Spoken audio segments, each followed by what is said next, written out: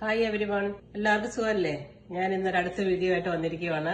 നമുക്ക് നമ്മുടെ ഒരു മലയാളി ഫ്രണ്ട് നമുക്ക് കുറച്ച് പച്ചമാങ്ങ തന്നു. ഇതാണ് മാങ്ങ, പുളിയില്ലാത്ത നല്ല ചനച്ച മാങ്ങ. അപ്പൊ ഞാൻ ഓർത്തു നമുക്കിന്നൊരു സാലഡ് ഉണ്ടാക്കിയാലോ എന്ന്.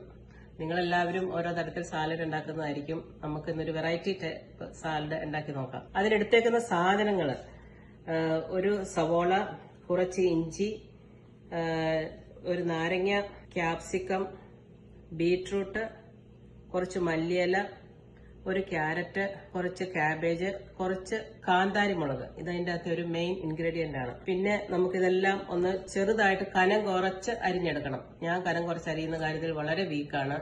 അതുകൊണ്ട് ഞാനത് ഹസ്ബൻഡിലേക്ക് പാസ് ചെയ്യുവാണ് കനം കുറച്ച് അരിയാനായിട്ട്. അത് കഴിഞ്ഞിട്ട് നമുക്ക് തിരിച്ചു വരാം. അതിൻ്റെ അകത്ത് ബാക്കിയുള്ള ഇൻഗ്രീഡിയൻസിനെ പറ്റി നമുക്ക് സംസാരിക്കാം.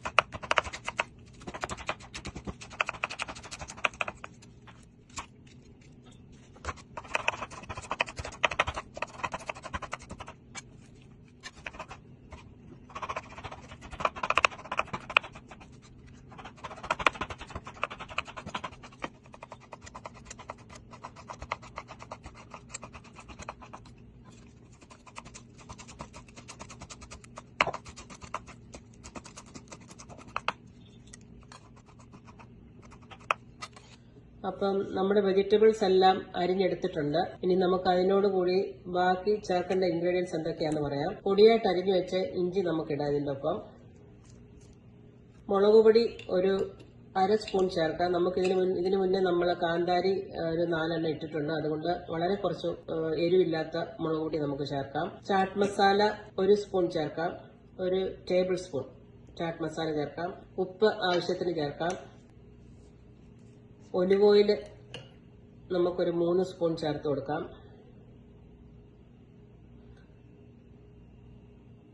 ഒലിവ് ഓയിൽ നമുക്ക് എപ്പോഴും സാലഡിനകത്തൊക്കെ ചേർക്കുന്നത് നമ്മുടെ ആരോഗ്യത്തിന് നല്ലതാണ്. ഞാൻ എല്ലാ സാലഡ് ഉണ്ടാക്കുന്ന തന്നെ ഒലിവ് ഓയിൽ ചേർക്കും. പിന്നെ നമുക്ക് റോ ഹണി, അത് ഒരു 3 സ്പൂൺ ചേർക്കാം. അതിപ്പോ ഷുഗർകാരൊക്കെ ആണെങ്കിൽ ഹണിയുടെ അളവ് വ്യത്യാസം വരുത്താം. ഓരോരുത്തർക്കും മധുരവും എരിവും കൂടി എന്തുമാത്രം വേണമെന്നതിനനുസരിച്ച് ചേർക്കുക. ഷുഗർ ഉള്ളവരൊക്കെ ആണെങ്കിൽ അതൊരു 1 സ്പൂൺ ചേർത്താൽ മതി. പിന്നെ നമുക്ക് നമ്മുടെ ഇന്ത്യൻ കടയിലൊക്കെ കിട്ടുന്ന പിൻസേവ് എന്ന് പറയുന്ന ഈ സാധനം, ഇതുകൂടി നമുക്ക് ഇതിന്റെ ഒപ്പം ചേർക്കുകയാണെങ്കിൽ ഇച്ചിരി ക്രഞ്ചി ആയിട്ടിരിക്കും നമ്മുടെ സാലഡ്. അപ്പം നല്ലവണ്ണം ഇത് മിക്സ് ചെയ്ത് കഴിഞ്ഞിട്ട് ഇതും കൂടി ചേർത്ത് ഇളക്കണം. അപ്പം നമ്മുടെ സാലഡ് ഒരു നല്ല ക്രഞ്ചി ആയിട്ടിരിക്കും. അപ്പം നമുക്ക് ഇതിന്റെ കൂടെ ഒരു 1.5 മുറി നാരങ്ങ പിഴിഞ്ഞൊഴിക്കാം.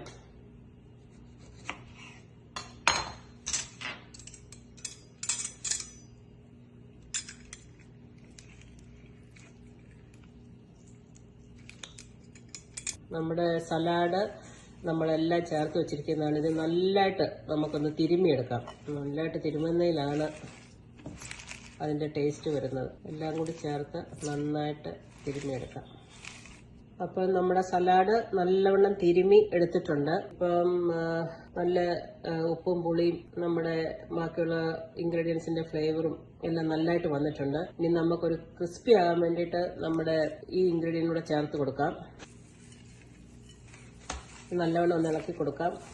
ഇത് നല്ല ടേസ്റ്റി ആയിട്ടുള്ള ഒരു സാലഡാണ്. എല്ലാവർക്കും കഴിക്കാവുന്ന ഒരു സാലഡാണ്. ഹെൽത്തി ആയിട്ടുള്ള ഒരു സാലഡാണ്. എല്ലാവരും ഇത് ട്രൈ ചെയ്ത് നോക്കണം. ഇവിടെ മാംഗോ കിട്ടുന്ന സമയത്തെല്ലാം തന്നെ ഞങ്ങൾ ഇത് ഉണ്ടാക്കാറുണ്ട്. ഇവിടെ എല്ലാവർക്കും ഇഷ്ടമാണ്. അപ്പൊ നിങ്ങൾ എല്ലാവരും ഒന്ന് ട്രൈ ചെയ്തിട്ട് ഇത് എങ്ങനെയുണ്ടെന്ന് കമന്റ് ബോക്സിൽ അറിയിക്കണം. So thank you everyone. See you in the next video. By.